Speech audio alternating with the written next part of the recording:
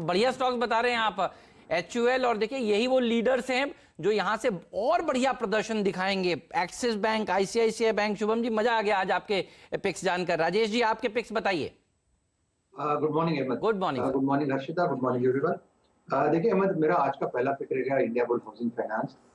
कल हमने इसमें गेन इन ओपन इंटरेस्ट देखा, प्राइस भी बढ़ा, तो fresh long buildup, open interest was up रफली अबाउट 20%। तो मेरे हिसाब से यहाँ पे एक अच्छा लॉन्ग बिल्डअप हुआ है। अगर आप टेक्निकली देखें इसे, तो एक रेंज था 135 on a higher side and 110 on a lower side. तो 135 एंड 110 में कम से कम 1.5-2 महीना ये घूम रहा था। तो ये पूरा जो रेंज है, इसका एक कंसोलिडेशन था, इसको ब्रेकआउट दिया कल इसने विद द वॉल्यूम।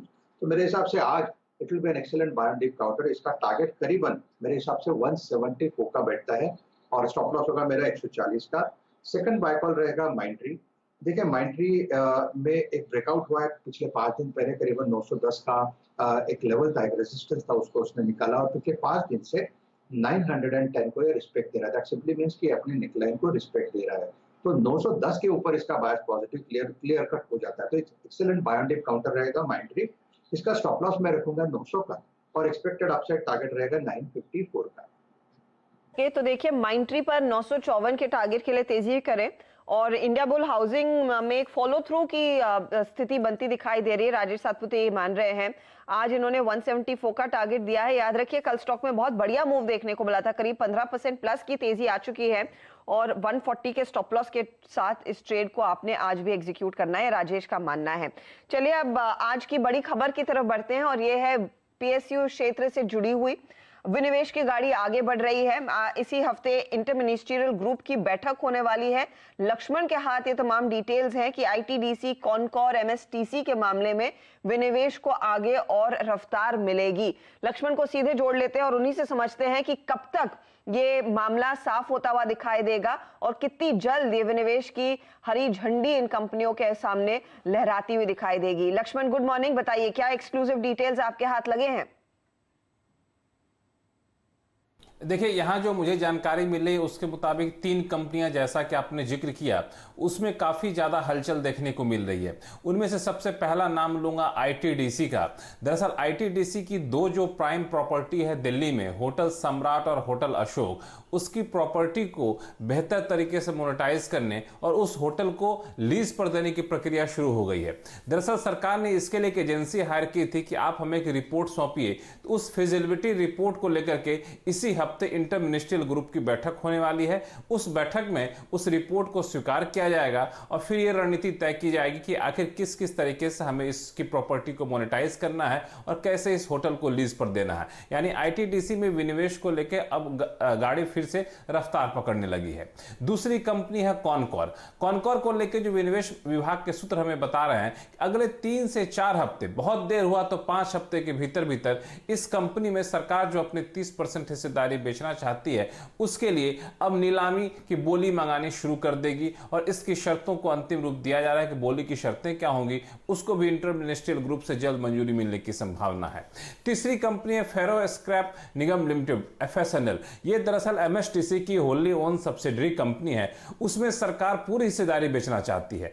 इस FSNL में हिस्सेदारी बेचने के लिए पिछले दिनों ही IMG की बैठक हुई थी, उसमें इसे मंजूरी मिल गई थी और खास बात यह है कि स्टील मंत्रालय भी इस पर राजी हो गया है, उसे हरी झंडी दे दिया है। तो इसमें भी आप विनिवेश बहुत जल्द होता हुआ दिखेंगे। इसमें बता दो कि कई सारी कंपनी इसमें पहले दिलचस्पी दिखाई थी। तो मुझे लगता है कि अब विनिवेश के मोर्चे पर आपको कई सारी खबरें आनी शुरू हो जाएंगी। इसकी शुरुआत इन 3 कंपनियों से होने वाली है। बहुत ही बढ़िया बताया। देखिए तो डाइवेस्टमेंट का चक्का जो जाम था वो हम आपको सबसे पहले बता रहे हैं। अब देखिए कुछ दिनों बाद आपको बाकी चैनल बताना शुरू कर देंगे, आई एम श्योर। तो आज आपकी तारीख नोट कर लीजिए और देखिए सबसे पहले आपको देश का नंबर 1 बिजनेस चैनल CNBC आवाज बता रहा है कि ये डाइवेस्टमेंट का चक्का अब से, आज से इंटर मिनिस्ट्रियल ग्रुप की बैठक से देखिए शुरू होने जा रहा है। एक बात आपको और सुनवाता हूं, बड़ी इंटरेस्टिंग बयान है जो वीकेंड पर CII के नए प्रेसिडेंट कोटक महिंद्रा बैंक के MD और CEO उदय कोटक साहब ने दिया। डाइवेस्टमेंट पर उनके विचार सुनिए और उसके बाद फिर इस चर्चा को और आगे बढ़ाते हैं।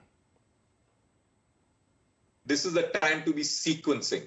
The first in the sequence is already the companies which are announced, which are Air India and BPCL.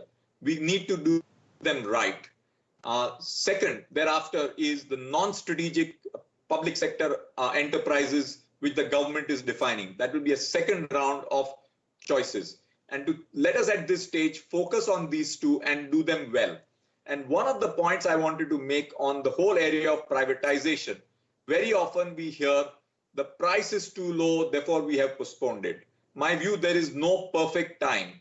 If we have made up our mind within a reasonable band of time, we should go ahead and execute it. तो आप देखिए BPCL, air India और उसके बाद non strategic PSUs की हिस्सेदारी सरकार को बेचनी चाहिए और भाव की चिंता नहीं करनी चाहिए। टाइमिंग सोचते रहेंगे तो देखिए कभी डाइवेस्टमेंट हो ही नहीं पाएगा। ये सीआईआई के प्रेसिडेंट उदय कोटक साहब कह रहे हैं। और देखिए सरकार जो है अब तेजी से काम करने शुरू कर रही है। कुछ स्टॉक्स जिसके ऊपर बात हुई है, लक्ष्मण जी ने जो बताया आपको, कंटेनर कॉर्पोरेशन ऑफ इंडिया, क्योंकि सबसे ज्यादा लिक्विड स्टॉक है, एफएनओ में भी है। तो राय शुभम जी से लेंगे। शुभम जी बताइए, इस स्टॉक में कितनी तेजी आज के दिन देखने को मिलेगी? हेमंत जी, कंटेनर कॉर्पोरेशन में अगर देखें तो मुझे लगता है कि कुछ समय पहले यहाँ पे जिस तरह से एक रैली देखने को मिला, फिर कंसोलिडेशन हुआ और फिर से यहाँ पे ब्रेकआउट आता हुआ दिख रहा है, तो ओवरऑल स्ट्रक्चर यहाँ पे काफी पॉजिटिव है। और एटलीस्ट यहाँ पे ट्रेडिंग पर्सपेक्टिव से देखें तो मुझे लगता है कि 440 445 तक के यहाँ पे एटलीस्ट लेवल्स आते हुए दिखने चाहिए। तो बिल्कुल ये ब्रेकआउट को पार्टिसिपेट करें, 402 के आसपास एक स्टॉप लॉस मेंटेन करें और 445 तक का यहाँ पे टारगेट आता हुआ दिखता है। आप कह रहे हैं 445 का टारगेट दिख रहा है। कोई ऑप्शंस के जरिए भी ट्रेड है क्या कॉनकॉर में एट द मोमेंट शुभम, या फिर फ्यूचर्स ही बेटर स्ट्रैटेजी रहेगी? हंसना जी, यहाँ पे ऑप्शंस लिक्विड नहीं है, तो मैं फ्यूचर्स का ही ट्रेड रिकमेंड करूंगा, बिकॉज ऑप्शंस में एट द मनी में भी लिक्विडिटी नहीं है। चेक कर लें तो फ्यूचर्स पर ज्यादा फोकस कीजिए। 440 और मैक्सिमम 445 की तैयारी रहेगी। और कल के सत्र में करीब 411 पर स्टॉक जाकर टिका था। राजेश सातपुते एक ऑल टाइम फेवरेट रहा करता है आईटीडीसी का शेयर, और मुझे याद है लगातार हेमंत की टीम में इसने काफी जलवे दिखाए हैं। हेमंत क्या आज भी टीम में शामिल था?